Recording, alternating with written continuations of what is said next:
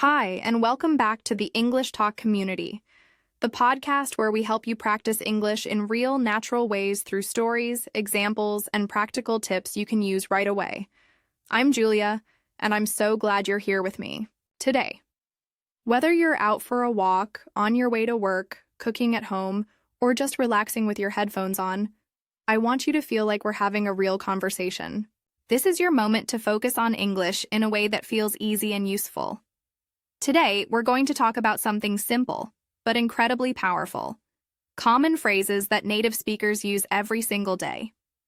Not fancy vocabulary, not complex grammar, but the kind of expressions that real people say when they're ordering coffee, texting a friend, checking out at the grocery store, or just chatting at work.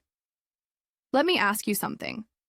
Have you ever heard someone speaking English and thought, wait, what does that phrase even mean? You understand most of the words. You know what each word means on its own. But when the person puts them together, something feels confusing. Maybe it sounded casual, or friendly, or even funny, but you weren't sure how to respond. If that's happened to you, then today's episode is for you. You see, native speakers don't always speak with textbook English. In fact, they rarely do. They use phrases that are short, natural, and often very different from what you learn in a classroom. They say things like, "You got it," or "No worries," or "Here you go." And if you don't recognize these phrases, you can feel lost, even if your vocabulary is strong.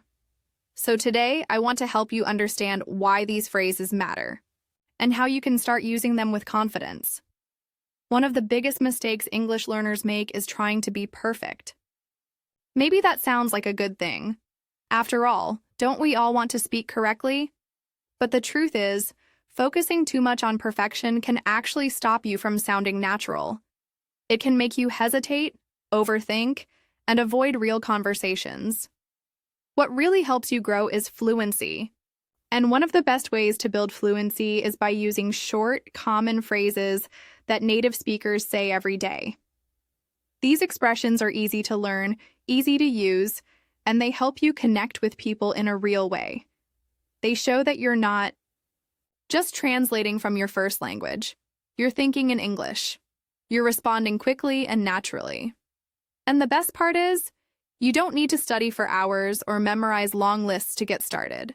You just need to notice what people say and start practicing those same expressions in your daily life. In this episode, I'm going to share several phrases that you can start using today. I'll give you real examples, and I'll tell you stories of people just like you who discovered the power of these simple expressions. You'll see how someone went from feeling confused and left out in conversations to suddenly understanding what was going on, and even joining in. These are real changes that happen when you learn the kind of English people really speak. So I want you to imagine something with me. Imagine you're in a coffee shop. You've just paid for your drink. The barista smiles and says, "Here you go." What do you think that means? Do you know how to respond? Or imagine this. You bump into someone by accident and say, "I'm sorry." And they reply, "No worries." What exactly does that mean? Are they angry? Are they fine? Should you say something else? These little phrases may seem small, but they carry a lot of meaning. They're part of the rhythm and style of everyday English. And when you understand them, everything becomes easier. You don't need to translate in your head. You don't need to pause and think about grammar. You just understand. And over time, you start using those same phrases yourself. That's how fluency begins. Not with long, complicated sentences, but with short, useful expressions that help you sound more like a native speaker. And here's something important. These phrases aren't just popular in the United States or the UK. You'll hear them in Australia, in Ireland, in Canada, in New Zealand. People from all over the English-speaking world use them every day. That's why they're so valuable to learn. They're part of a shared global way of speaking English that helps people connect across cultures and countries. So I want to encourage you to listen closely today. Maybe even take a few notes if you can. And most importantly, I want you to think about your own experiences.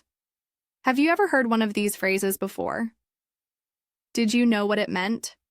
Have you tried using it yourself? If not, what stopped you? This podcast isn't about memorizing rules. It's about becoming more confident, more relaxed, and more ready to speak English in the real world. And I believe that learning a few simple, common expressions can help you make big progress, fast. You don't need to speak perfect English. You just need to speak real English, the kind that people actually use. And that's exactly what we're going to explore together today. All right, are you ready? Let's get into it. So let's talk about why common phrases are such a big deal in real English communication. You see, a lot of people think that to speak good English, they need to learn advanced vocabulary, complicated grammar, or long, impressive sentences. And while it's great to grow your vocabulary and understand grammar, that's not really how most conversations happen in daily life. What actually helps the most, especially in real-world situations, is knowing the kinds of short, simple phrases that native speakers use all the time without even thinking. These are the building blocks of daily communication. They're not fancy. They're not academic, but they are powerful. They help you sound more natural, more fluent, and more relaxed when you speak. They help you respond quickly without translating in your head. And maybe most importantly, they help you understand what other people are saying to you in everyday situations. Think about it like this. Imagine you walk into a shop and someone says, "How's it going?" Now, if you've never learned that phrase, you might freeze for a second. Your brain tries to translate it word by word. You wonder, are they asking about my direction? Are they asking where I'm going? But really, it's just a friendly way of saying, "How are you?" Or, "How are things?" It's casual, it's warm, and it's something people say all the time. Once you know that, it becomes easier. The next time someone says it, you'll smile and answer, "Good, thanks. You?" That's real conversation. This is why learning common phrases makes such a difference. You're not just studying English. You're preparing yourself for actual moments that happen in everyday life. In restaurants, in shops, in the office, in casual chats with friends or coworkers, these are the kinds of expressions you'll hear over and over again, and once you start recognizing them, a whole new world opens up. Here's another thing to think about. Native speakers often use simple phrases to express meaning in a way that's fast and natural. They don't stop to build perfect sentences. They rely on expressions they already know. So if you want to follow conversations and feel included, you need to recognize and use those same expressions. The good news is they're usually short and easy to remember. Take the phrase, "I'm good." That can mean so many things depending on the situation. If someone offers you food and you say, "I'm good," it usually means no thank you. If someone asks how you're doing and you say, "I'm good," it means you're feeling fine. It's a small phrase, but it carries a lot of meaning based on the context. And when you understand how it works, it helps you sound more natural without needing to say much or think about the phrase, "It depends." People use it all the time in casual conversation. It means that the answer is not simple. It changes depending on the situation. Instead of explaining everything, you can just say, "It depends," and the other person will understand that. There's more to the story. That's the power of common expressions. They make your conversation smoother and more efficient. When you focus on learning these phrases, something else happens too. You stop worrying so much about grammar. You start thinking in chunks, not in individual words. And that's a big step toward fluency. You're no longer building each sentence from scratch. You're using pieces of language that already fit together. That means you can speak faster, with more confidence, and with less hesitation. And here's something I really want you to hear. Using common phrases is not a shortcut. It's not lazy or basic. In fact, it's exactly how fluent speakers communicate. It's how native speakers talk to each other every day. If you walk through a city like London, Toronto, Sydney, or Dublin and listen to the way people talk, you'll hear these kinds of phrases constantly. They're part of the natural rhythm of the language. I've met learners from all over the world, from Paris to Prague, from Oslo to Athens, who told me the same thing. They studied English for years, but they still felt nervous in real conversations. When I asked why, they said it was because they didn't know what to say in common situations. They were afraid of saying something that sounded strange or too formal. But once they started learning real everyday expressions, their confidence grew. They realized they didn't need perfect grammar to sound fluent. They just needed the right phrases. And the truth is, you already know how this works in your own language. You don't walk around speaking like a textbook. You use natural, familiar phrases to make communication easier. That's exactly what we're doing in English too. It's not about speaking more. It's about speaking in a way that feels real. Now, some learners worry that using common phrases will make them sound too casual or maybe not serious enough.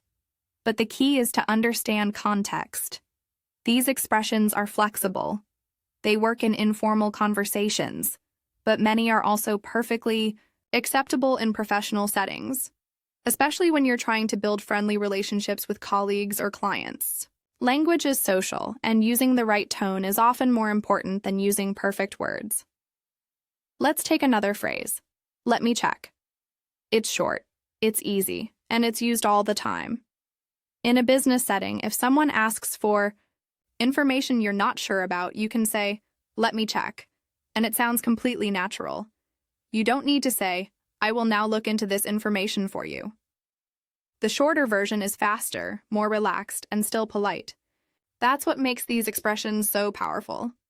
They're simple, but they do the job beautifully. So when you ask yourself, what should I focus on next in my English learning? I want you to remember this. Focus on usefulness. Focus on what people actually say. Learning 10 common phrases that people use all the time will help you more than learning 10 advanced words that almost never come up in conversation. These phrases will give you confidence. They'll help you sound like someone who knows how English really works. And they'll help you understand other people better too, especially when they speak fast or informally. Because when you hear a familiar expression, your brain doesn't have to work so hard.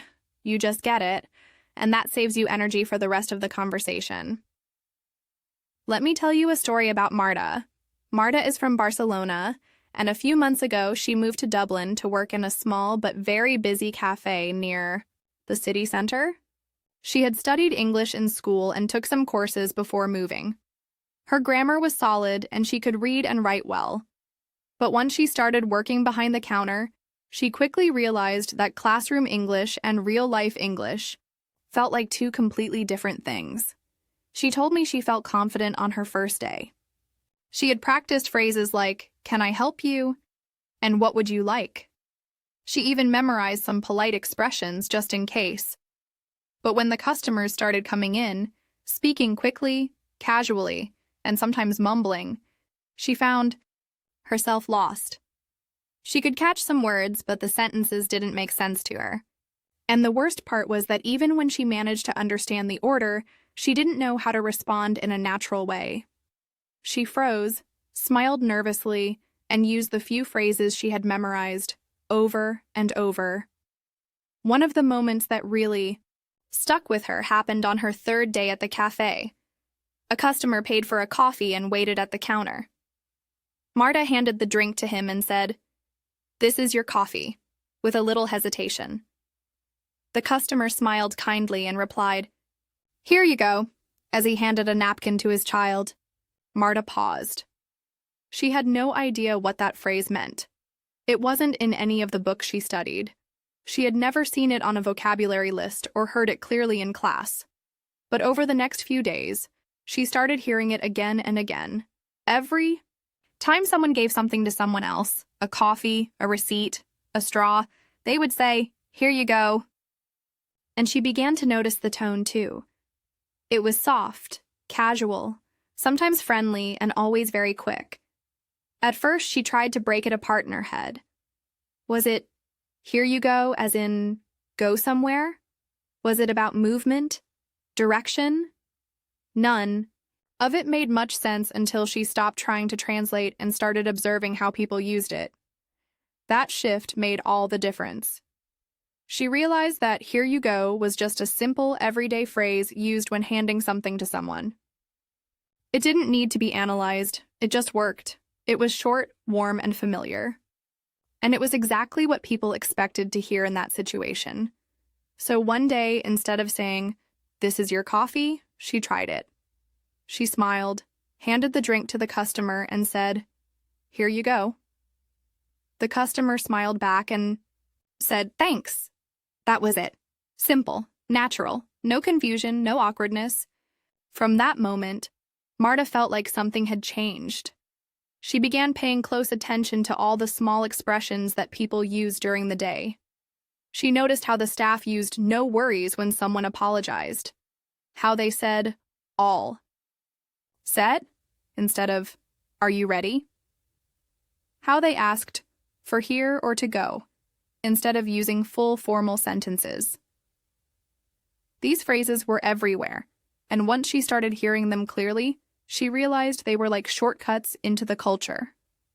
What Marta learned was that these small expressions do more than just fill the space between words. They carry emotion, rhythm, and connection. When you use them, you don't just speak the language. You sound like someone who belongs in the conversation. You respond the way people expect, which makes everything smoother. Marta also told me that once she started using those expressions herself, people reacted differently. Customers smiled more. Some even commented on how natural she sounded. Her coworkers noticed it too. And the best part? She felt more confident. She wasn't worried about making a mistake in grammar anymore. She was focused on communicating, on being part of the flow.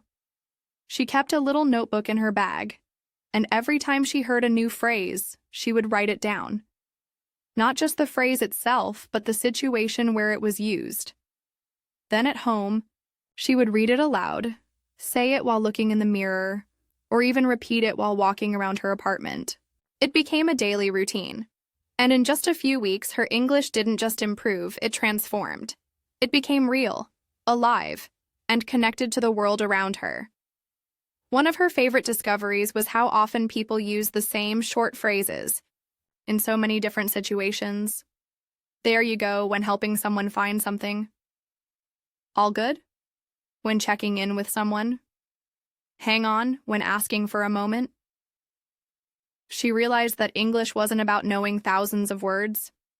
It was about recognizing and using the right phrases in the right moments. Marta's story is something I hear all the time.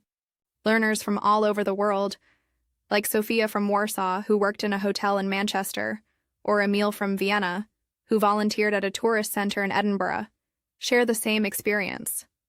They learned formal English for years, but still felt lost in casual conversations.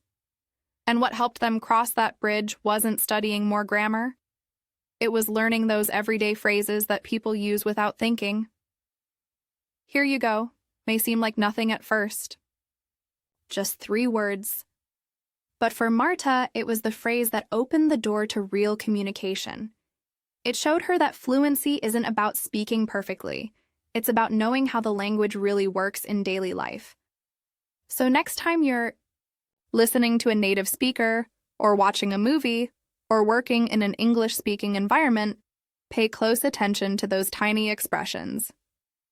The ones that people say quickly and casually, the ones that might not be in your textbook. Those phrases are like keys. They unlock the way people truly speak.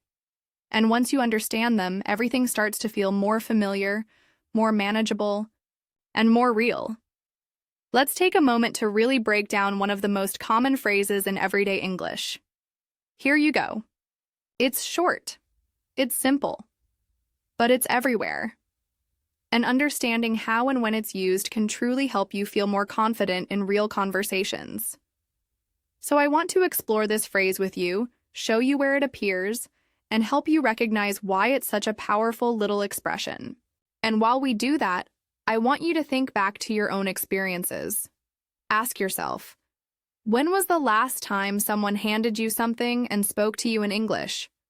What did they say? Did they say, "Here you go"? Now let's start by understanding the basics. "Here you go" is a phrase used when giving something to someone. It's the English speaker's friendly way of saying, "I'm giving this to you now." But instead of saying a long sentence like, "This is for you" or "Take this," native speakers almost always say, "Here you go." Why? Because it's quick, friendly, and natural. It fits perfectly into the rhythm of real conversation. Imagine these scenes. You walk into a coffee shop in London and order a cappuccino. The barista smiles, hands it to you, and says, "Here you go." Or you're at a bookstore in Amsterdam. You ask the cashier for a receipt. They print it out, give it to you, and say, "Here you go." Or maybe you're visiting a friend in Toronto. You ask to borrow a pen. They reach into their bag, hand it to you, and say, "Here you go." You see, it's everywhere. It's not formal. It's not stiff.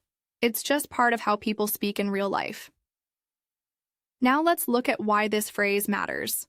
As English learners, we sometimes feel pressure to speak in full, complete sentences all the time. But native speakers often use short, flexible expressions. "Here you go" is one of those expressions. It works like a little tool that replaces longer phrases. You don't need to say, "This is your coffee, I'm giving you the receipt," or "Take this pen." Just say, "Here you go," and it fits. It works in almost every situation where you're handing something over. And what's great is that it doesn't matter if you're in a formal place or just talking to a friend. It works in both. In a store, in a restaurant, at home, at school. "Here you go" is the go-to phrase when you give something to someone. Let's take a closer look at the words. It starts with "here." That shows that the object is present. It's in your hand or right in front of you. Then we have "you," the person receiving the item. And finally "go," which might sound strange because no one is actually going anywhere. But in this case, go doesn't mean to move or travel. It's more about the action of giving, like saying, "Here, take it now." Over time, this phrase became fixed. People just say it automatically.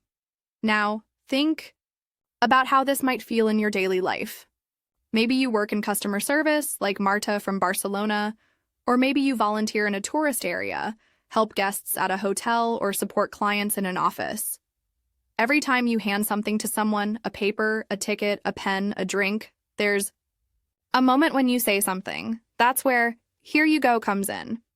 It replaces the silence, it replaces awkwardness, and it makes you sound more natural. Let's imagine a few more situations. Picture yourself working at a hotel reception in Prague. A guest checks in and asks for the room key. You hand it to them and say, "Here you go." Or maybe you're a student in Berlin, working part-time in a small bakery. A customer buys a croissant, you give them their change and say, "Here you go." Or maybe you're just helping a friend in Dublin move a few boxes. They ask you to pass them a water bottle. You do, and say, "Here you go." It fits into every single one of these moments without needing to change the words. And one more thing, intonation matters. The way you say "here you go" can change the feeling. Say it with a smile and a rising tone, and it sounds friendly.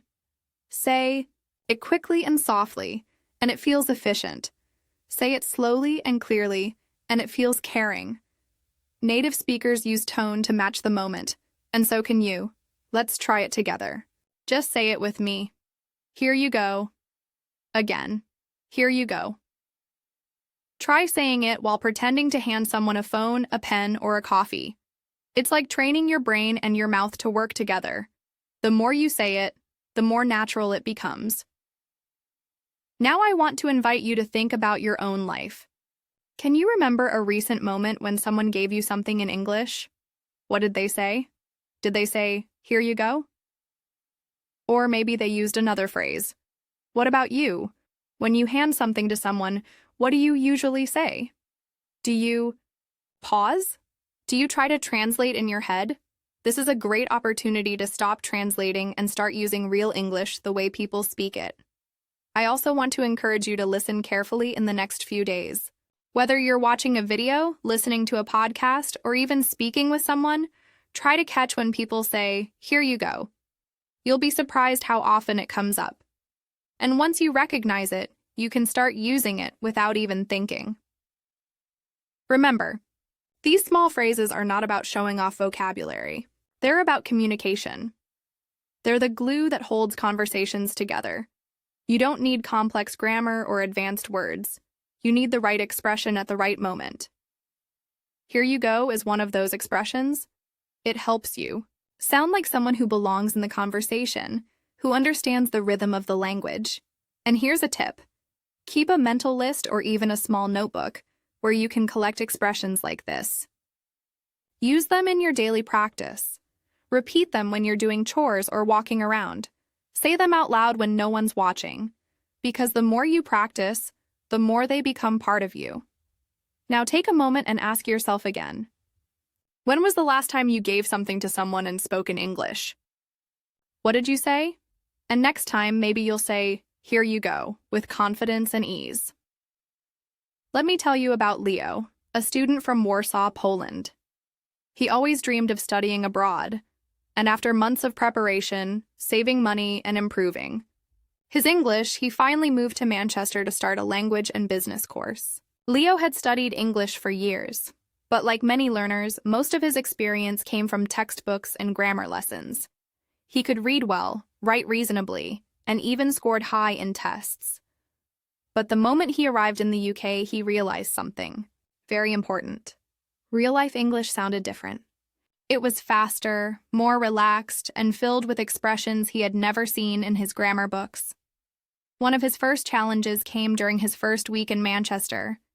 He was still getting used to life in the city, riding the tram, buying groceries, and learning how to ask for things politely in everyday situations. One day, while paying for his coffee at a small cafe near his university, he accidentally dropped a coin while trying to get his change. It rolled across the counter and made a bit of a mess. Embarrassed, Leo quickly said, "I'm so sorry." The barista, a young guy with a relaxed attitude, smiled and replied, "No worries." Leo froze. He had never heard that phrase before. His mind started racing. What does that mean? No worries? Worries about what? Was the barista angry or being polite?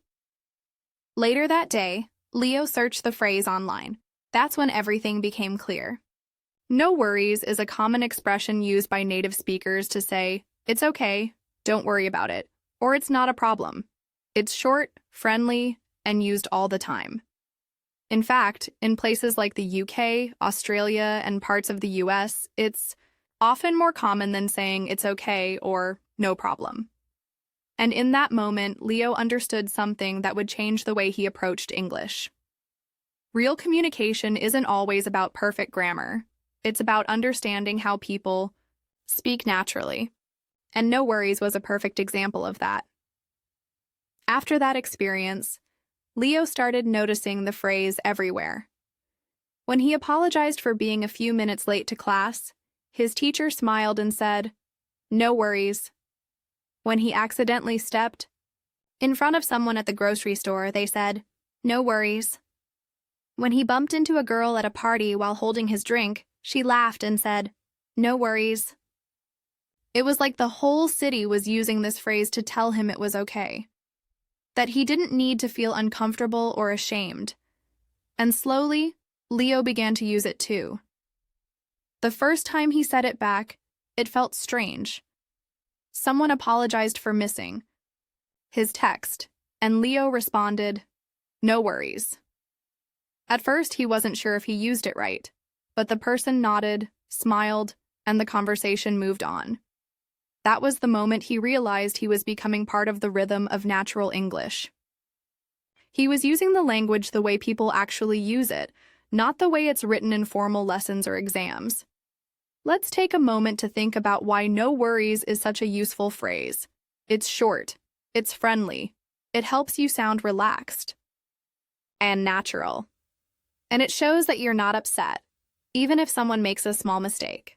Think about how often we say it's okay in other languages when someone says sorry. Now think about replacing that with no worries in English. It feels easy, right? And the more you use it, the more comfortable you become. Now I want to ask you, have you ever heard someone say no worries to you? How did you feel at that moment? Did you understand what they meant? Or did it confuse you, like it confused Leo at first? It's normal to feel lost when we hear something new, but these small moments can be powerful learning opportunities. The key is not to panic, but to stay curious. And here's another great thing about no worries. You can use it in different situations, not just when someone apologizes. For example, if a friend says, "Thanks for helping me with my homework," you can reply, "No worries." It's like saying, "It was no problem." Or if someone says, "Thanks for waiting," you can say, "No worries." You're telling them it wasn't a big deal. You're being kind and making the conversation smooth. Leo started using this phrase in his daily life. It helped him feel more confident. It made his conversations flow more easily. And it gave him something he didn't have before, the feeling that he belonged. People around him saw that he wasn't just speaking English, he was speaking it naturally. He told me once that the phrase, "no worries," opened a door for him. It was just 2 words, but it helped him connect with people. And every time someone said it to him, it felt like they were giving him permission to relax. That's the power of expressions like this. They carry emotion. They create connection. So if you're learning English right now and you want to sound more natural, pay attention to moments like this. When someone says, "no worries," don't just hear the words, feel the meaning. And when you get the chance, try saying it yourself. Maybe you'll be like Leo, standing in a coffee shop saying, "no worries" to someone else for the very first time. Remember, these small phrases are not just part of the language. They're part of the culture. They tell people how you feel. They make your English sound friendly and real. And best of all, they're easy to learn and use. So if someone says, "I'm sorry" to you, now you know what to say back. Just smile and say, "no worries." Let's take a closer look at the phrase, "no worries." You've probably heard it before, maybe in a movie, maybe on the street, or maybe someone even said it to you directly. And if you're like many learners, maybe the first time you heard it, you weren't sure what it meant. That's completely normal. English has a lot of these expressions that sound simple but carry deeper meaning and context. So what does "no worries" actually mean? At its core, it's another way to say it's okay, it's not a problem, or don't worry about it. It's short. It's casual, and it's used by native speakers all the time. It's not formal or stiff. It's friendly, warm, and easygoing. You'll hear it in Australia, the UK, Ireland, and in parts of the United States and Canada as well. Let's go over some simple examples. Imagine someone accidentally bumps into you and says, "I'm so sorry." A native speaker might smile and respond, "No worries." Or let's say a friend was late for lunch and says, "Sorry for making you wait." You could easily say, "No worries." In these moments, it replaces longer phrases like "it's okay" or "don't worry about it." But "no worries" feels more relaxed, more conversational. Now here's something interesting. "No worries" doesn't just apply when someone apologizes. You can also use it when someone thanks you. For example, if your colleague says, "Thanks for helping me with the presentation," you can reply with, "No worries." In that situation, it means something like, "It was no problem," or "You're welcome," but in a chill, friendly way. Think of it like this. No worries is a tool you can use in small social situations to keep the mood light. It helps conversations feel less formal and more comfortable. You're telling the other person that there's nothing to be stressed about. You're showing kindness without using too many words. Now let's practice together. I want you to say it with me. No worries. Let's say it again, a little slower. No worries. And now, let's try it in a sentence. I'm sorry I forgot to call you. What would you say back? Right, no worries. How about this one? Thank you for waiting for me. Again, you'd say, no worries. This phrase is especially common in English-speaking countries where people value informal, relaxed conversation. For example, in Australia, you'll hear no worries more often than you're welcome or it's fine. It's just part of the culture. And even in places like the UK or Ireland, it's a very normal way to respond when someone says sorry or thank you. What makes no worries so useful is how it removes tension from the conversation. Let's say someone is nervous or embarrassed because they made a small mistake. When you say no worries, you're helping them feel okay. You're saying, there's nothing to stress about. That can be really powerful, especially when you're meeting someone for the first time or trying to build a connection. And it's not just about being polite. It's about sounding natural. When you start using expressions like no worries, you begin to move from classroom English to real-world English. You're speaking the language the way it's actually used in daily life. And that's the kind of English that helps you connect with others. Another thing to notice is the tone. The way you say no worries matters. Say it with a relaxed, friendly voice. Don't rush. Let the words flow. You're not giving a serious answer. You're being kind and easygoing. For example, no worries with a smile can completely change the energy of a conversation. I want you to think back to a moment when someone said sorry to you in English. What did you say in response? Did you pause? Did you say it's okay? That's totally fine. But now imagine saying no worries instead. It feels simple, right? It feels natural. Or maybe someone thanked you. Maybe they said, thanks for helping me find the way. Instead of a long response, try. No worries. You're still being polite, but you're doing it the way native speakers do. Let's try a few more examples together. I'll say the situation, and I want you to say no worries out loud. Ready? Someone says, sorry I'm late. You say, no worries. Someone says, thanks for picking up my lunch.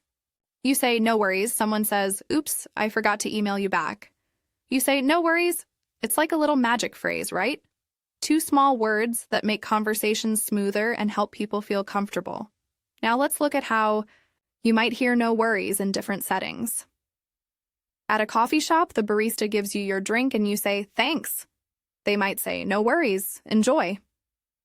Or at school, if you apologize to your teacher for missing a deadline, they might say, no worries, just get it to me by tomorrow. Even at work, if you're emailing a colleague and you're late with a document, you might say, sorry for the delay. And they reply, no worries, I've got it now. Once you start noticing it, you'll hear it everywhere.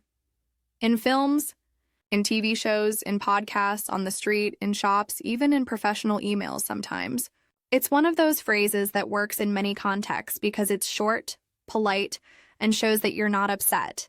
And you can start using it today. No need to wait until your English is perfect. Because the truth is, perfection doesn't help you sound more natural. Connection does. Simplicity does. And phrases like no worries give you that simplicity with style. So, if you've been nervous about sounding too formal or unsure of how to respond in social situations, start with this phrase. It's safe. It's friendly. It works almost anywhere. Just 2 words. No worries. And here's a little tip. Practice using it in your native language too, just to get comfortable with the tone. Then, bring it into your English conversations naturally. The more you say it, the easier it becomes. All right, now it's your turn.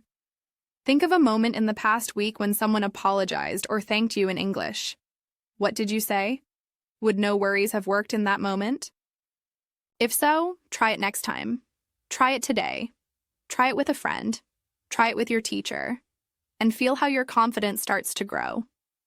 Let's talk about something that can really transform the way you learn and use English, and that's the idea of focusing on phrases instead of single words. If you've been learning English for a while, you've probably spent time building your vocabulary, right? Maybe you use flashcards or apps that help you memorize individual words. That's a good start. Knowing words is important. But here's the truth. Just knowing words is not enough. If you want to speak more fluently, more naturally, and with more confidence, you need phrases. Now, why is that? Why do phrases matter more than just single words? The answer is simple, because language is not made of isolated words. It's made of combinations. We don't walk around saying just go, or happy, or coffee. We say things like, I'm going to the store, or she's really happy today, or can I get a cup of coffee? These are real phrases people use. They're complete thoughts. And when you learn phrases instead of just words, you're learning how to communicate like a real person. Let me give you a quick example. Imagine you're learning the word sorry. If all you know is the word itself, you might freeze when you need to use it. But if you've heard the full phrase, I'm sorry I'm late, or sorry I didn't catch that, you already know what to say. The sentence is ready in your mind. You're not building it from scratch. You're using something that already exists in your memory. That's the power of learning in phrases. Think of your brain like a toolbox. If you only have single words in there, it's like having tools with no handles. But when you learn phrases, you're adding full tools, ready to use. You don't have to think so hard in the moment. You can just grab what you need and speak. Here's another reason why phrases are better. They carry meaning, rhythm, and emotion. Let's say you learn the word thanks. That's great, but native speakers often say thanks a lot, thanks so much, thanks anyway, or even thanks for letting me know. Each one of these has a slightly different meaning and feeling. When you learn the full phrases, you understand not just the word but the context. You get the tone, the style, the mood. That's how real communication works. Phrases also help you speak faster and more confidently. Have you ever had that moment when you know the words you want to say, but you're not sure how to connect them? You stop, you hesitate, and you lose confidence. But if you already know the phrase, it flows. You say it without thinking, like, it's up to you, I'm on my way, or let me think about it.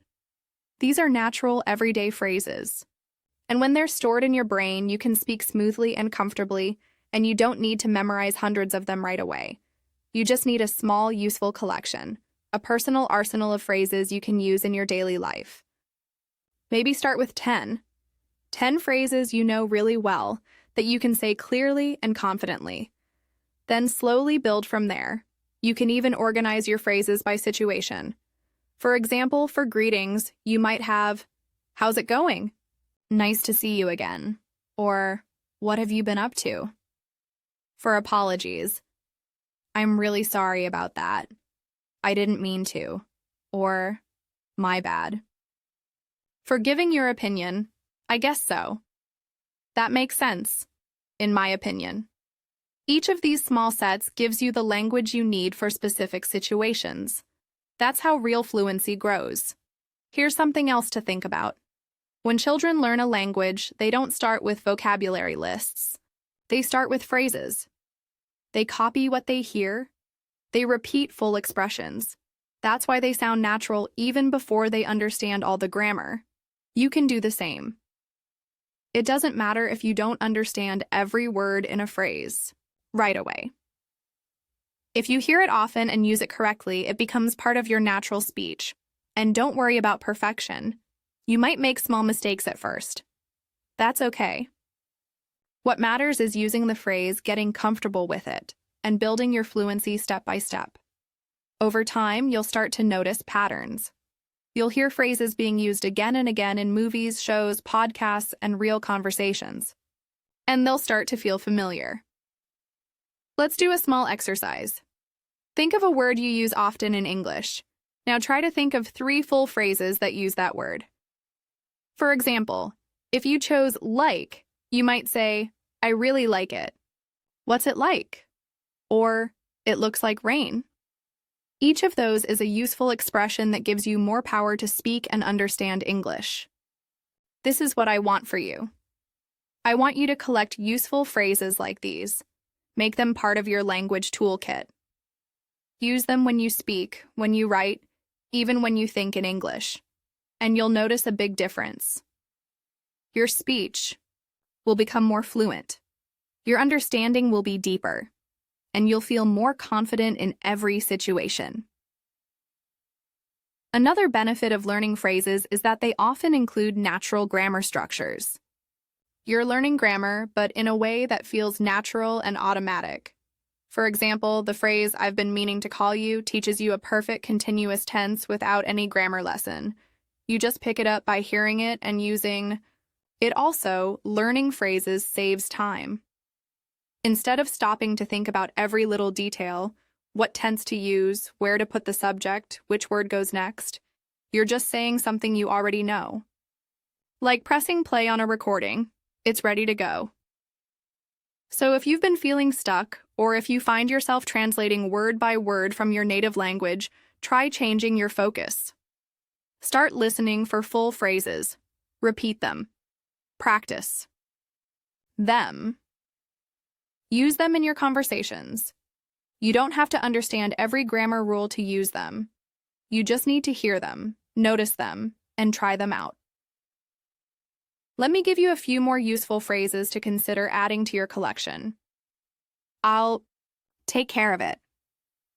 Let's keep in touch. I'm not sure yet. Sounds good to me. Let me check. You never know. Take your time. Let's see what happens. Each of these is short, simple, and natural, and they all come up in daily conversation. If you start using even just a few of these, you'll already start sounding more fluent. And one more tip. When you hear a new phrase that sounds interesting, try to use it within 24 hours. That helps your brain remember it. Say it out loud, write it in a message, use it with a friend. The more you use it, the faster it becomes yours. Now I want to ask you, what are some English phrases you already know and use? Which ones make you feel more confident? And which ones do you want to add to your personal phrase collection?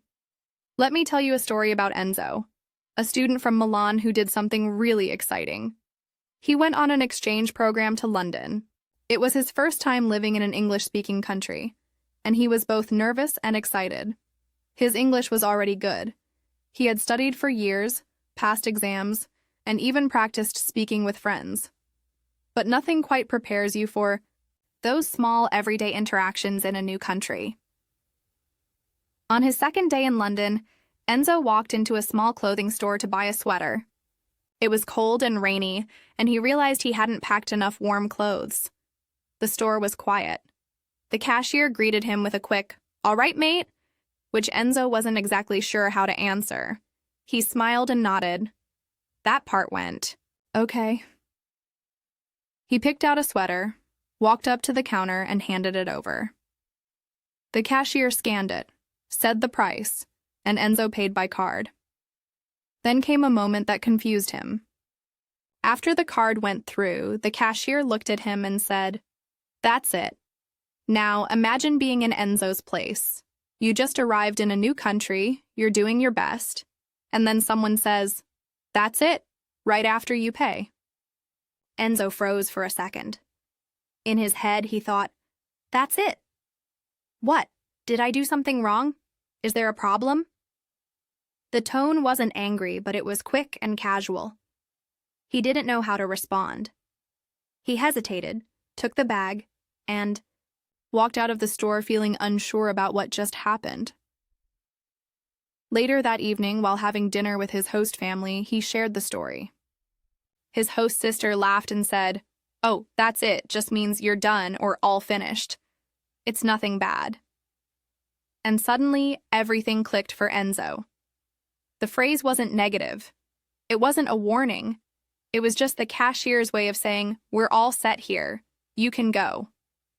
That small explanation turned a moment of confusion into a useful language lesson. What Enzo realized that day is something many English learners experience.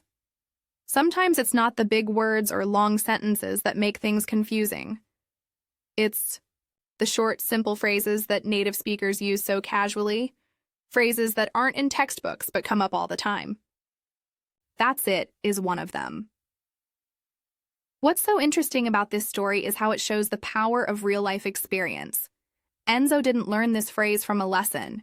He learned it from a situation, from a real interaction, and the phrase stayed with him. After that day, he started noticing "that's it" in other places too. At coffee shops, at the end of meetings, even on TV shows. And now, he always smiles when he hears it, remembering how confused he was the first time. Enzo's story also shows how important it is to stay curious and open when learning a language. Instead of letting confusion turn into frustration, he asked someone, he talked about it, and he turned it into a learning opportunity. That kind of mindset makes a huge difference in language learning. It's okay to not understand everything right away. What matters is that you notice, you ask, and you keep learning. I love this example because it reminds us that language is not just about grammar and rules. It's about people, tone, context, and experience. A phrase like "that's it" might seem small, but it can completely change the feeling of a conversation. When a cashier says it, it means "we're done here." When someone's working on a task and says "that's it," it means they've finished. And sometimes people say it to agree, like, "That's it, exactly." The same words used in different ways depending on the situation. For Enzo, learning this one phrase helped him feel more confident. It made him realize that there's a rhythm to everyday English that's different from what he studied in books. And once he started listening for those little phrases, he began picking up more and more. "You're all set." "There you go." "All good?" These small expressions became part of his new vocabulary. And here's something else that's important. Enzo didn't try to memorize everything at once. He focused on real phrases that came up naturally in his life. He built a small collection of expressions that helped him in everyday situations. And because they were connected to real experiences, he remembered them easily. His story is a great reminder that English learning doesn't only happen in a classroom or during a study session.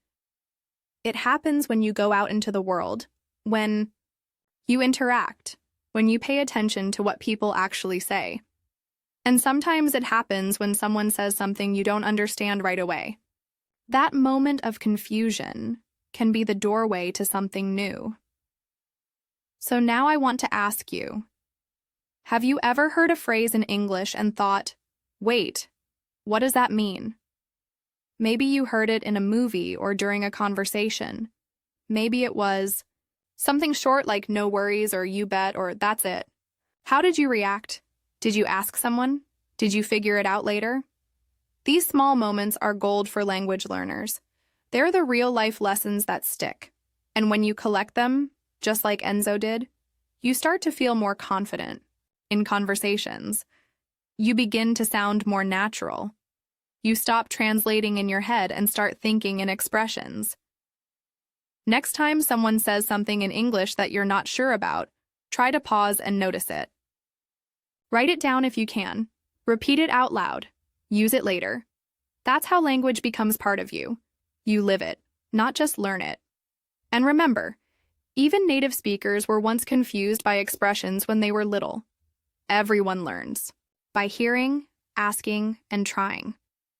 You're doing the same thing, and you're doing it well. Let's take a closer look at the phrase "that's it." You probably heard it in the last story with Enzo from Milan. It's a very short phrase, but it carries a lot of meaning depending on how and where it's used. It's something native English speakers say all the time. In fact, they use it so naturally that they don't even realize how confusing it can be for English learners. That's why I want to break it down with you right now, step by step. So, what does "that's it" really mean?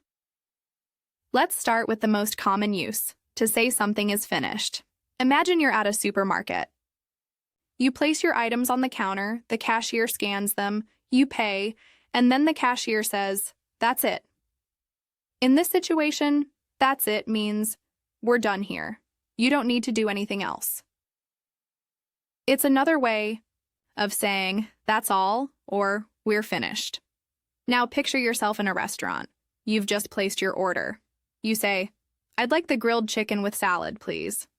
The waiter looks at you and says, "That's it?" Here it's a question, not a statement, and it means, is that everything you want? Or are you done ordering? So depending on the tone and context, "that's it" can also be a polite way to check if something is complete. Then there's the situation where someone hands you your change or your receipt and says, "That's it." Again, it means all done or you're good to go.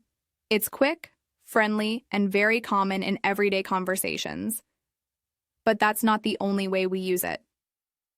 Let's talk about another situation. Imagine you're explaining something to a friend. Maybe you're describing how to cook a recipe or how to fix something on the computer. After a few tries, your friend finally does it right, and you say, "Yes, that's it." In this case, "that's it" means you got it, or exactly right. It's a way to show that someone did something correctly or understood something completely. Let me give you another example. Let's say you're practicing English with a friend. They say a sentence correctly for the first time, and you say, "That's it," with a smile. You're encouraging them. You're confirming they did something right. This kind of "that's it" is full of positivity. It's supportive. It's motivating. There's also a version of "that's it" that we use when we've reached a decision or had enough of something. Let's say you're frustrated about something that keeps going wrong. You might say, "That's it, I'm done." In this case, it means you've had enough, but don't worry too much about this use for now. What I really want you to focus on are the everyday, friendly uses, the ones you'll hear at the store, at a restaurant, or in casual conversation. Now, I'd like you to imagine yourself using this phrase. Close your eyes for a second if you can, and picture this. You're at a coffee shop. You order a cappuccino and a muffin. The barista repeats your order, gives you the total, and you pay. Then they hand you your receipt and say, "That's it." You smile and say, "Thanks."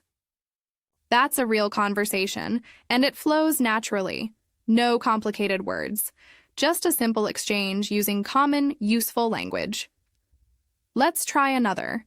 You're helping someone carry boxes. They ask you to put them on a shelf. You do it, and they say, "That's it. Perfect." Again, it means you've done exactly what I needed. It's a way of confirming something is complete and correct. Or maybe you're watching a movie with friends, and someone says something that perfectly explains what's happening. One of your friends might say, "That's it," to show agreement. In that case, it's almost like saying, "Yes, that's exactly what I was thinking." This phrase is short and easy to say, but it's powerful because of how flexible it is. It works in many situations, and once you start noticing it, you'll realize how often it comes up in daily life. So, let's practice together. I'll say a sentence, and I want you to imagine repeating it after me. Ready? You just paid for your groceries. The cashier says, "That's it." Now you say it. "That's it." You just helped your friend move a chair, and it's in the perfect place. They say, "That's it." Now you say it. "That's it." You explain something to your classmate, and they understand. You say, "That's it." Now you say it. That's it. Repetition is a great way to build confidence. The more you say it, the more natural it becomes. Try to use this phrase in your daily life.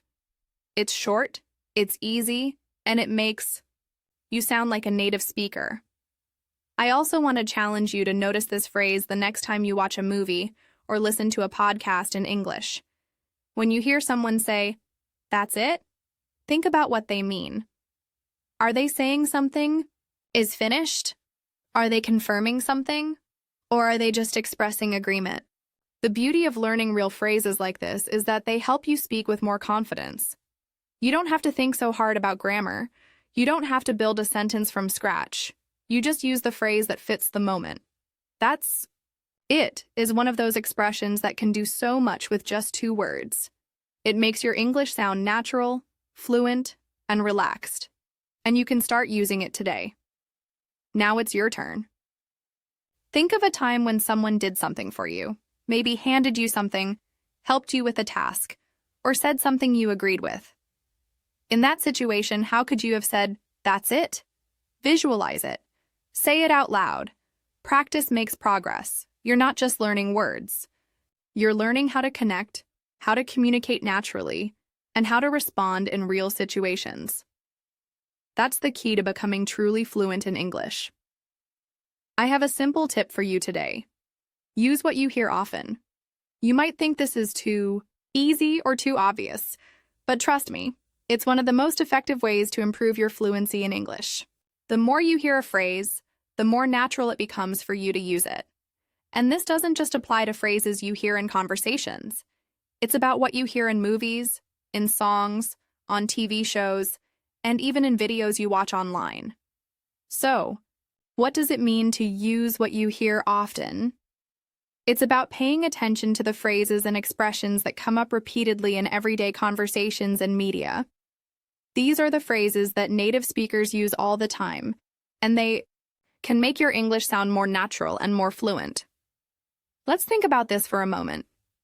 If you're watching a movie, a lot of the dialogue will feature common phrases, things like, "What's up?" or "How's it going?" These are phrases that you'll hear over and over again, and they can be really useful in your own conversations. But how often do we actually take note of them? How often do we say to ourselves, "That's a great expression, I should use that"? This is where the magic happens. The more you hear something, the easier it is to use it yourself. And it's not just about memorizing the words. It's about understanding the context, the tone, and how the phrase fits into the conversation. This makes the phrase stick in your mind, and eventually, it becomes part of your everyday speech. I want to give you a simple way to make this tip work for you. Start keeping a little notebook, or even a note on your phone, of all the phrases you hear often in the media you consume. You might hear a great phrase in a YouTube video, a song, or even during a conversation with a native speaker. Write it down. This is your phrase bank. And every time you hear something new, add it to your list. You can also break this down further. If you're watching a TV show, pay attention to the phrases characters use in different situations. For example, if you're watching a comedy, you'll hear phrases used to express surprise or humor, things like, "You've got to be kidding me," or "No way." If you're watching a drama, you might hear more serious phrases like, "I can't believe this is happening," or "What's going on here?" Once you have these phrases written down, it's time to start using them. I'm not talking about repeating them word for word without understanding. I want you to try using them in conversations that you have, or in the practice exercises you're doing. This way, you start to internalize the phrases and learn when it's appropriate to use them. And here's the best part. You don't have to sound perfect. No one expects you to use every phrase perfectly, but the more you try, the better you'll get. Plus, people will notice you speaking more like a native speaker. Take, for example, a phrase like, "What's up?" or "How's it going?" These are super common ways to greet someone, especially in casual settings. Let's say you hear this in a TV show or podcast. You might see it written in text. "Hey, what's up?" or "How's it going?" But the next step is to use it. Try it out the next time you see a friend or talk to someone in English. Don't worry about sounding perfect. Just use the phrase and you'll get more comfortable with it each time you say it. What if you hear a phrase in a song like, "Take it easy"? You might think, "I love that. I want to use that in my conversations." Go ahead. Use it. It's a simple, easy phrase that you can apply when you want to tell someone to relax or not worry too much. Imagine you're talking to a friend who's stressing out about something. Just tell them, "Take it easy. It's not a big deal." That's how you start bringing phrases into your real life. But let's take this a step further. Once you've written down a few phrases, start categorizing them. For example, put all the greetings together. "What's up? How's it going? How are you?" Then you could group phrases you hear from making requests. "Could you pass that, please?" Do you mind if I sit here? You could even create categories for expressing opinions, giving advice, or apologizing. Doing this will help you organize your phrase bank and make it easier for you to pull out the right phrase at the right moment. This also makes your learning feel more intentional. Instead of just randomly picking up phrases, you're actively choosing the ones that are most useful for you. You're not just memorizing them, you're putting them into practice. I want you to remember something really important. It's okay if you don't understand everything about a phrase at first. Sometimes you'll hear a phrase in a song or show, and it might not make sense immediately. But that's okay. Take the time to look it up or ask someone about it. You're building your language skills bit by bit. Now, let's talk about music. Music is an amazing resource for learning English because it's full of natural phrases and expressions. Think about some of your favorite songs. How many phrases have you heard in them that you didn't understand at first? Maybe you looked them up or started using them in your own speech. Songs are great for learning pronunciation too because you can hear how the words are connected and flow together. If you're listening to a song, pay attention to the phrases that appear over and over again. Write them down, and then practice them. Singing along is a fun way to learn, and it'll help you get comfortable with the phrases. One thing I've noticed is that learners often focus on individual words, but learning whole phrases is more effective because it gives you context. It's much easier to remember a phrase like "I don't know" than just the word "no." And once you have these phrases in your arsenal, you can start sounding more like a native speaker. So today's simple tip is this: use what you hear often. Write down the phrases you come across, whether in conversations, movies, music, or videos.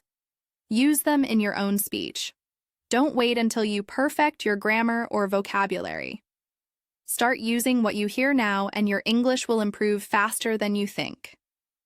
Remember, language learning is a process, and the more you expose yourself to real, everyday English, the more natural your speaking will become. Let me tell you the story of Sophia, a young professional from Lisbon, who moved to Ireland to work for a technology company. Like many people learning English, Sophia had a solid understanding of the language, but when she arrived in Dublin, she realized that understanding English wasn't the only challenge she had to face. She had learned English in school and could understand most of what people were saying, but the casual phrases used by native speakers often left her a bit confused.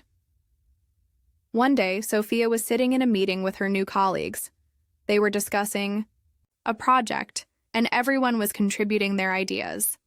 It was a typical workday. People were focused and trying to wrap up the meeting.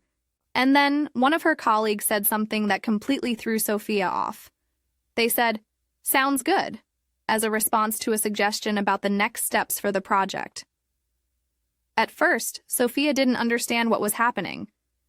"Sounds good?" she thought. What exactly sounds good? Was it the idea? Was it the plan they were discussing? Or maybe the proposal that had been put forward?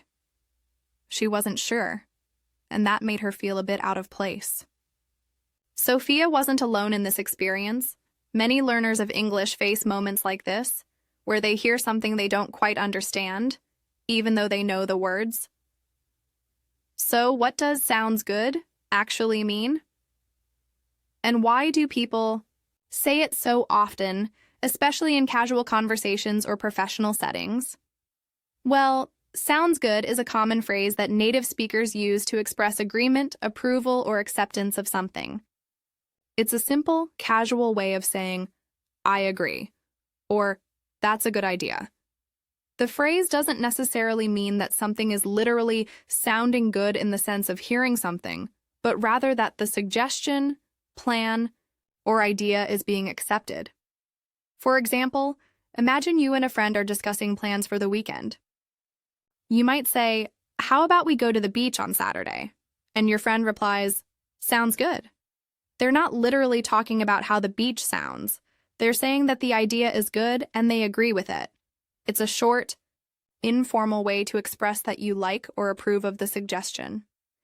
When Sophia first heard this in the meeting, she was caught off guard because she wasn't familiar with how this phrase was used in a business context. But as time went on, she started to notice how often it came up. Her colleagues were always saying, "Sounds good," after discussing tasks, ideas, or next steps. The phrase became so common that eventually she found herself using it too. It was a quick, easy way to confirm something, and it helped her sound more natural in conversation. Think about it for a moment. How often do you hear phrases like this in everyday life? Whether it's in a meeting, during a casual chat with a friend, or even while making plans with someone, you'll hear native speakers saying "sounds good" frequently. It's a great example of how small, everyday phrases can help you communicate more smoothly, even if you're not using complicated vocabulary. The key is not always focusing on the individual words, but instead understanding how phrases work in different situations. Now let's break down "sounds good" a little more. The phrase is versatile, and you can use it in many situations. For example, imagine you're talking with a colleague about a presentation you need to prepare for. You might say, "I'll finish the slides by Friday and we can review them together." Your colleague might reply, "Sounds good," to confirm that they're happy with your plan. It's a simple, quick response that shows approval and agreement. You can also hear "sounds good" when someone is agreeing with a more informal suggestion. Picture this. You're talking with a friend, and you suggest grabbing coffee in the afternoon. Your friend might reply, "Sounds good," meaning they think it's a great idea and they're happy with the plan. In a professional setting, "sounds good" helps to keep things moving along. Instead of diving into lengthy discussions or repeating everything, it's a short, polite way to acknowledge that a decision has been made or that a suggestion is fine. This is especially helpful when you're in a meeting or discussing something with a group of people. By using "sounds good," people show that they're on the same page without making the conversation more complicated. But, as Sophia learned, understanding how to use phrases like "sounds good" can take some time. It's not always immediately clear what the person means, especially if it's the first time you've heard it. But with experience and exposure to more conversations, it starts to make sense. Sophia started to notice that once she understood the meaning of "sounds good," she could use it confidently in her own conversations. This is a key lesson when learning English. Sometimes, it's not about understanding every single word or phrase right away. It's about exposure. The more you hear a phrase in context, the more naturally you'll start to use it. It's not something you need to overthink. Instead, focus on the context and let the meaning come to you over time. And that's exactly what happened to Sophia. She started using "sounds good" in her meetings and casual conversations, and soon enough it became second nature. Whenever she agreed with something or wanted to confirm a plan, she would say, "Sounds good." It was a quick and easy way to keep the conversation moving, and it helped her blend in more with her colleagues. For those of you who are learning English, I want you to pay attention to these little phrases that you hear frequently. They might seem simple or even insignificant, but they are powerful tools for communication. The more you hear them, the more familiar they will become. And the more you use them, the more fluent and natural you will sound. So, next time you hear someone say, "Sounds good," pay attention to the context. Try to understand what's being approved or confirmed. Then, see if you can use it in your own conversations. Just like Sophia did, you'll find that these small phrases can make a big difference in your confidence and fluency. Let's break down the phrase "sounds good" and see how it works in real conversations. You might be surprised at how often native speakers use it. This small expression is a powerful way to confirm decisions or wrap up plans in a simple, friendly way. First, let's take a closer look at when and how "sounds good" is used. It's a phrase that's perfect for expressing agreement or approval. If someone makes a suggestion, you can reply with "sounds good" to show that you like the idea or that you agree with it. It's especially useful when you're talking with someone informally, whether it's in a professional setting or during casual conversations with friends. It's short, easy to say, and it makes you sound natural. No need to overthink it. Imagine this situation. You're talking with a colleague about an upcoming meeting. You might say, "Let's meet at 3 p.m. to discuss the project details." And your colleague replies, "Sounds good." In this case, your colleague is showing that they're happy with the time and the plan you've suggested. It's a quick and simple way to agree without needing to say much more. If you were to say something like, "That's fine," or "I agree," it would sound a little more formal. But "sounds good" is casual and friendly, making the conversation feel easygoing. Now, let's look at how you can use it in your own conversations. For example, imagine you're making plans with a friend. You could say, "How about we go to the movies on Friday?" And your friend might reply, "Sounds good." They're confirming that the plan works for them. It's an easy, no-fuss way to show that they like the idea. But "sounds good" can also be used to wrap up a decision that's been made. Let's say you're organizing a team project, and someone suggests, "I'll send out the email invitation by tomorrow, and we can meet next week to review the details." You could reply with, "Sounds good." This means you agree with the plan and you're ready to move forward. It's a great way to quickly end a conversation about a decision and confirm that everyone is on the same page. Now, let me give you a few more examples so you can see how "sounds good" works in different situations.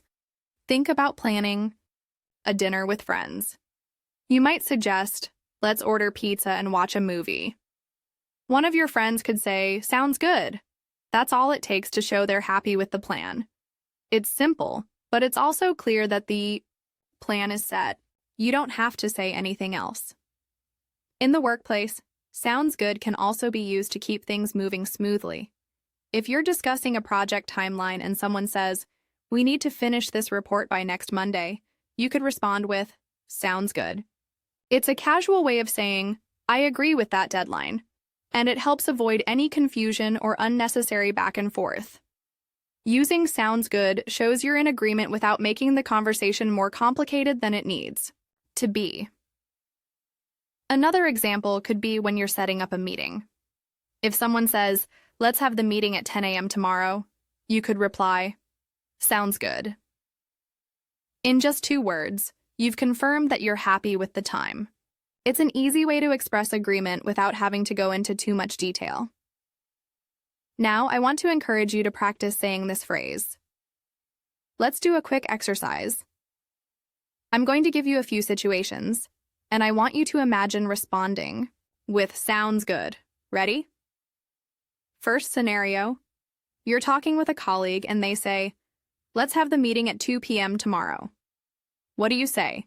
"Yes, that's right." Sounds good. Next, imagine you're making plans with a friend and they suggest, "How about we grab coffee in the afternoon?" What do you say? Exactly. Sounds good. Now let's say you're discussing a project and your team leader says, "We need to send the report by Friday." What's your response? Yes, it's "sounds good." See how easy it is to use in different contexts? It's important to note that "sounds good" is very casual.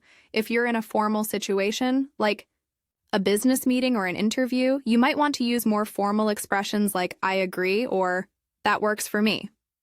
But in most everyday conversations, "sounds good" is perfect for keeping things natural and friendly. Let's go a little deeper and talk about how "sounds good" is used in different English-speaking cultures. Even though the phrase is common in places like the US, the UK, and Ireland, it's still a useful tool for learners everywhere. Whether you're in a professional meeting in London or hanging out with friends in New York, "sounds good" is universally understood and accepted. It's one of those phrases that doesn't change much depending on where you are, which makes it a great phrase to add to your everyday vocabulary. When you use "sounds good," you'll notice that people often respond with the same phrase, or something similar. For example, if you say, "Let's grab lunch tomorrow," someone might reply, "Sounds good." It's like a little agreement, and it helps keep the conversation flowing smoothly. It's a great way to sound more like a native speaker without needing to learn long or complicated phrases. Now, I want you to try repeating this phrase with me a few times. Let's practice using it so you feel confident when you need it in real conversations. I'll say a sentence and you can reply with, "Sounds good. I'll go first. Let's meet at 4 p.m. Your turn. Sounds good. Would you like to go to the park tomorrow? Your turn. Sounds good. We'll finalize the plan next week. Your turn. Sounds good. Let's send the invitation by Wednesday. Your turn. Sounds good. Great. Now, you have a simple, effective phrase that you can use in many situations.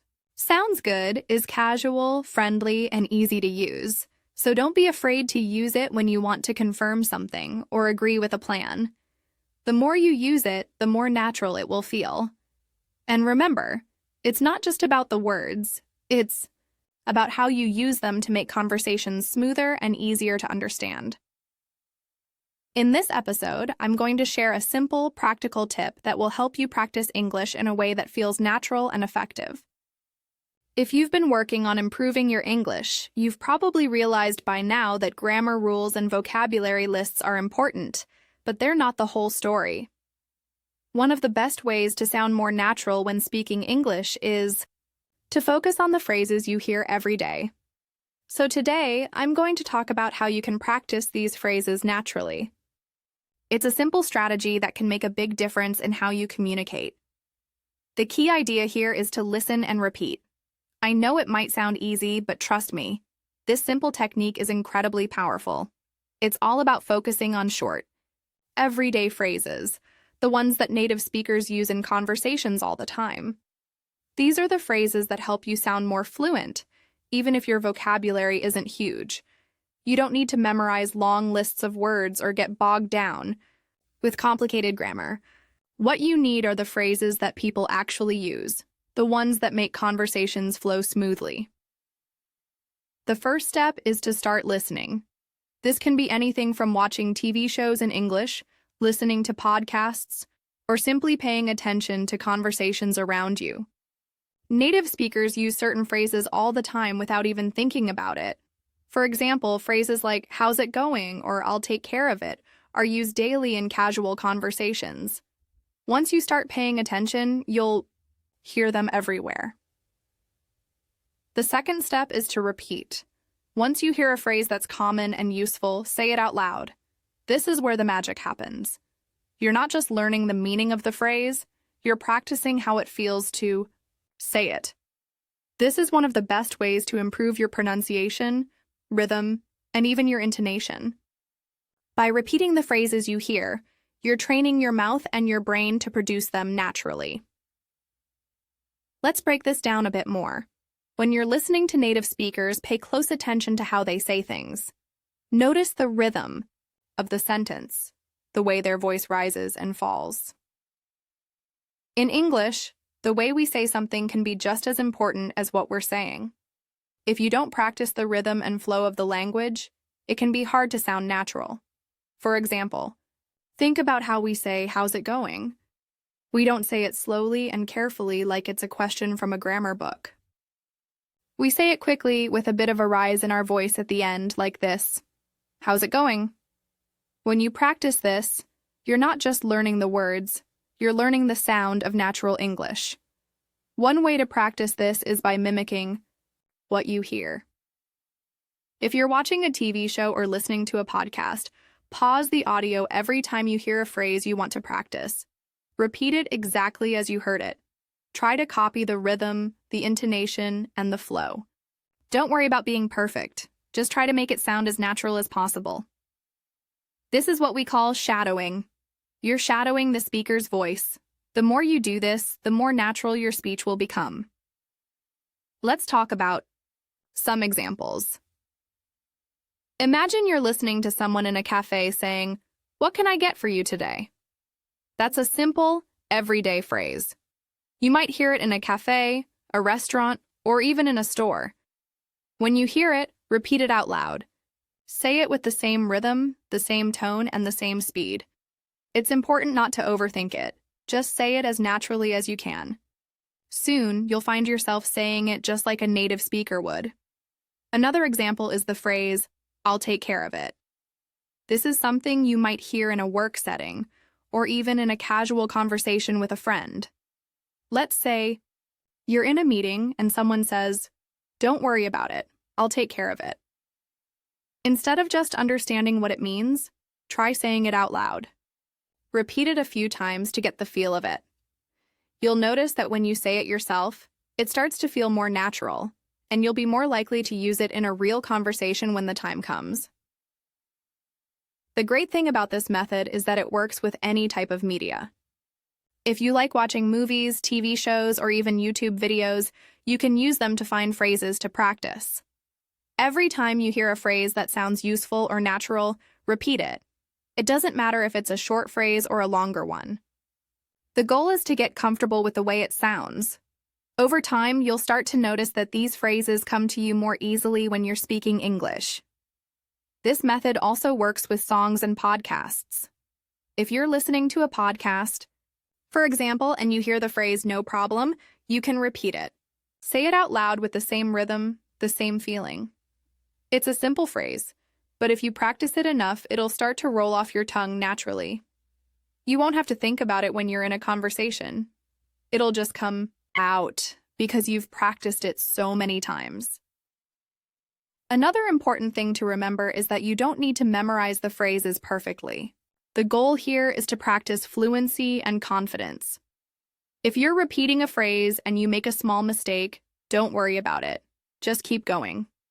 The more you practice, the more confident you'll feel and the more natural your speech will become. Fluency isn't about being perfect. It's about being able to express yourself comfortably and confidently. In fact, one of the best things about this method is that you don't need a lot of fancy equipment or classes to practice. You can do it at home, on the bus, while cooking, or even when you're walking. As long as you're listening to real English and repeating what you hear, you're improving. It's a great way to get used to the rhythm and sound of the language without feeling like you're studying.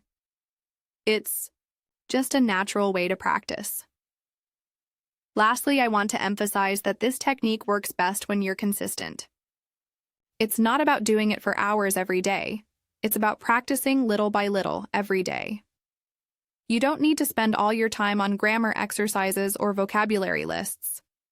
Instead, spend a few minutes each day listening to real English and repeating the phrases you hear. Over time, you'll notice that your speech becomes more natural, and your confidence will grow.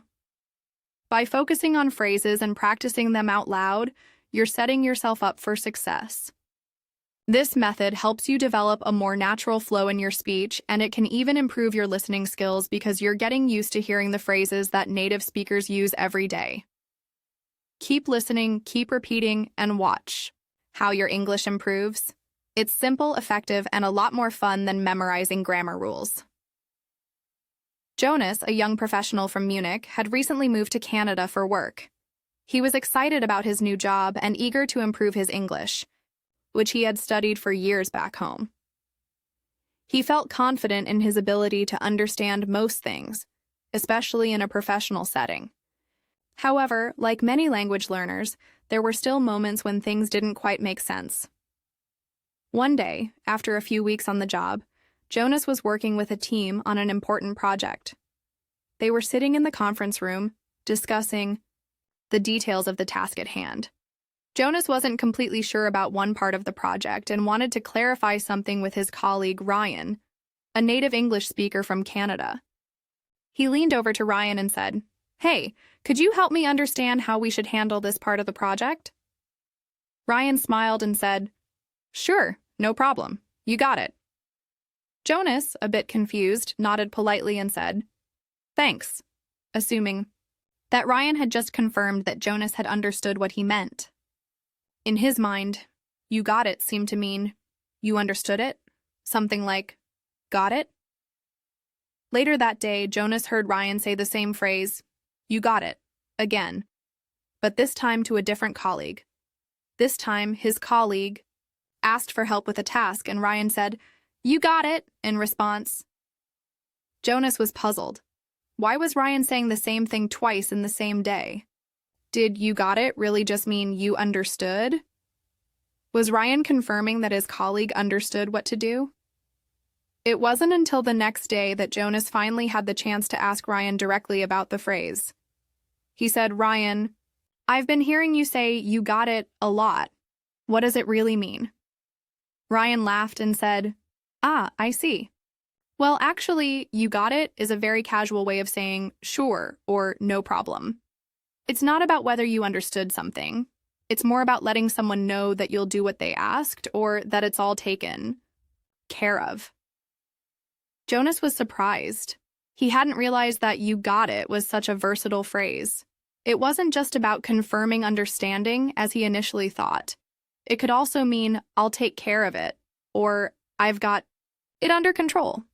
For Jonas, it was a small but important learning moment. He realized that there were so many phrases in English that could be used in different situations and could mean more than one thing, depending on the context. After this conversation with Ryan, Jonas started paying more attention to how "you got it" was used. He began to hear it everywhere, at work, in stores, at the coffee shop. People would say, "you got it," when they were agreeing to help, confirming a task, or even when giving someone directions.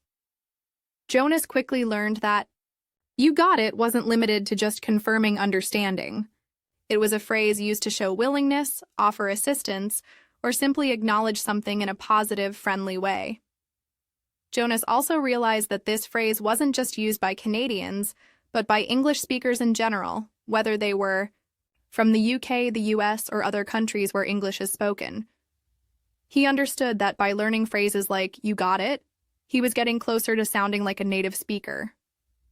Phrases like this didn't just help him in work situations, they also made his everyday conversations more relaxed and natural. For Jonas, learning the true meaning of "you got it" became a key moment in his journey to sounding more natural in English. He could now use it confidently in a variety of situations, from casual conversations with colleagues to more formal exchanges at work.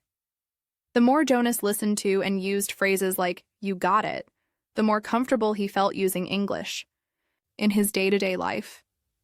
It wasn't just about learning new words. It was about understanding how native speakers use certain phrases in context. Jonas had learned that understanding a phrase's meaning went beyond just translating it word for word. It was about understanding the situation, the tone, and how the phrase fit into the conversation. In the case of "you got it," it wasn't just a literal "do you understand?" but a more casual, friendly way of showing agreement or offering help. Jonas's story shows how learning common phrases can make a huge difference in your understanding of a language. It's not just about vocabulary, it's about how people communicate with each other in a natural, everyday way.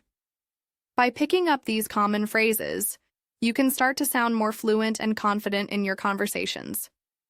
If you've ever been in a situation like Jonas's, where you hear a phrase and aren't sure what it means or how to use it, you're not alone.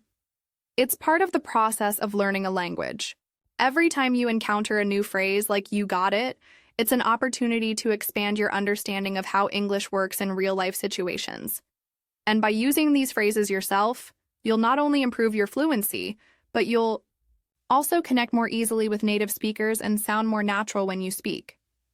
So, let me ask you, have you ever heard a phrase in English that confused you at first but later made perfect sense? What phrase was it, and what did you learn from that experience? These small moments, like Jonas's experience with "you got it," are what make learning a language so exciting. The more you practice and use these phrases, the more natural your English will become. The next time you hear someone say "you got it," you'll know exactly what it means.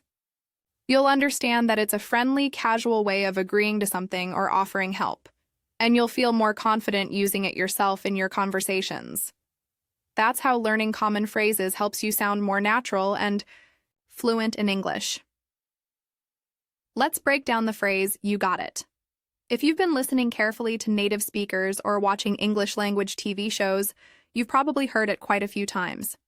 It's one of those expressions that seems simple at first, but once you start paying attention, you realize it's used in various ways, depending on the situation. I want to help you understand how this phrase works and how you can start using it naturally in your own conversations. First, let's look at the most basic meaning of "you got it." At its core, it's an expression of understanding. When someone says, "you got it," they're asking if you understand or have grasped something. And when you respond with "you got it," you're confirming that you understand or that you have what's been asked of you. It's similar to saying "okay" or "I understand," but with a more informal, casual feel. Now, if we change the tone a little, "you got it" can take on a different meaning. Imagine you're in a store and a cashier gives you your all-in-our change. As they hand you your receipt and your bag, they might say, "you got it," which in this case means "here it is" or "it's all set." It's a way of confirming that the transaction is complete and everything is in order. The tone here is friendly and reassuring, letting you know that everything's taken care of.